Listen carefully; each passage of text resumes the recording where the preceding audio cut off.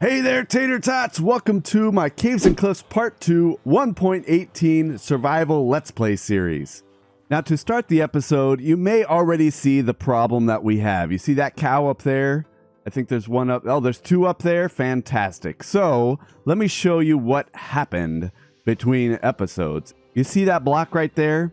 That was put there by an Enderman, and you see the mess that it's made. You see the mess. This is terrible. So, we've got to fix this. Let's take this. We'll get rid of this, and then we'll hold this, and hopefully all these cows in the area will here, let's open that. Come on, everybody in. Everybody in. Flawless. We got them back into their pen with no casualties whatsoever. And speaking of casualties, I want to give you a little bit of an update on what we've done over here in our villager trading hall. If we come right up here, so these guys, all of these guys, are all the way down to 1 emerald. Oh, this was a lot of work. This took, this seriously took hours to get this done. But we've got the glass trade, so what we can do is we go down, maybe not that guy. Okay, maybe not that guy either. We can... Seriously? Okay, so we can get glass from these guys, craft them into panes, and then come over here. We've got this cartographer here. We've got another one over there that we can basically get infinite emeralds from, which is pretty awesome. Another thing that I did is you see all of these guys back here. So these masons are going to come in, these master masons are going to come quite into handy with a lot of these blocks. We got quartz here. We've got different terracottas that we've got. We can trade stone for emeralds. That's another easy way to get emeralds. And we can also trade clay balls and get bricks. So I think that's going to come in handy for sure. This guy right here, he's going to take all of our junk dog food and give us emeralds for those. And then we can also get plenty of ender pearls. We don't need to worry about ender pearls for when we go after the dragon. But all of these iron fences and those rails back there highlighted a problem that we have. We need iron, and we need a lot of it, and we need it to be as easy as possible. Okay, so now I'm looking at this area that we've chosen here for our base, and I was trying to think of the best place for an iron farm that would kind of add to the whole aesthetic. And I'm thinking up there would be perfect, because we've got it kind of, going this way and this way. If we had our iron farm up there, maybe a build in the front of it, and then we can do another one of these kind of decks or porches or whatever they are, lanai. Let's call it a lanai. Right around the outside of this. I think that would look so cool. What do you guys think? I made my way up here, and I'm thinking right where this... Jeez, this is scary. I'm thinking right where this tree is. Now, I do like the tree. I like the tree being here. I think it does add, to the area. But we can plant more trees. That's not a problem. But I'm thinking right where this area is. Let's clear some of this out. Right here... it's a really good spot to put it because it's like semi-flat, right? It's semi-flat against this wall. Plus, it's not directly on top of... Here, let me do this. This is the first time that I've done this in video, but I've got this bad boy, the free camera, or as I like to call it, the poor man's camera account. So right up here is where we can put it. It's not directly above, like it's not centered on the Hobbit hole. It's kind of in between the Hobbit hole and this build. And I think that'll just make it look really nice. So I guess the next thing to do is just to start digging this out, right? So we want it to go right about here. Yeah, let me get my shovel out. Let me get my shovel. There we go. There we go. Okay. So we want it to go in this area. I'm just going to swing my shovel and my pickaxe away. And I think I'll do that in just a little bit of a first-person time lapse. And while we're digging this out, I think it's an excellent time to do our comment of the week for this episode, which comes from Earth Twister. Earth Twister said, "Tater, great video as always. I think it'd be cool if you created Hobbit builds with other things, like a blacksmith Hobbit house, where you have a blacksmith villager, and that's where you keep all your tools, armor, and weapons. Or a farmer Hobbit, where you keep all your harvested crops, etc. That's actually a really good idea, Earth Twister, and I do plan on kind of building this out and expanding on the lore of our base area, so thank you so much for your comment. By the way, if you guys aren't already following Earth Twister, you really need to. Good friend of mine, excellent content creator, and does these fantastic time lapses. So we've got it dug out pretty good, and we've got it dug out pretty good. Oh, by the way, there's a hole in the middle of this room in case you didn't know. So here's a room that's going to have our villagers in it. This is a super simple design, by the way, guys. And I'll add a link to it. I actually used a couple of different designs for this, or I have a couple of them in mind. But I'll find one that's a good tutorial and link it in the description just so you guys have it. This is where the zombie's going to go, right there in that boat. And then these rails is a little bit of infrastructure. Here, let me do this thing again. This is a little bit of infrastructure I've set up just to be able to get the villagers, the 3 villagers that we need. And I'll work on that right now.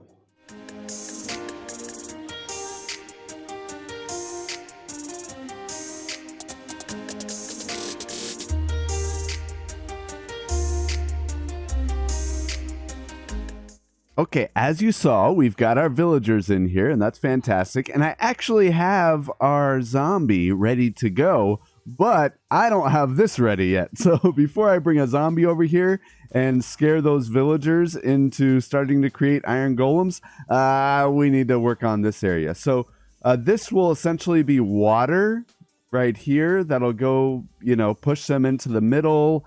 And then down there, we need to have some sort of killing machine.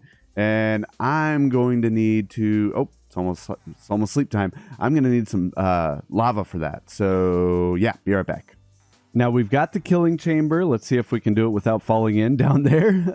Access to it is from the back. But the next step, these guys have slept, so we should be fine there.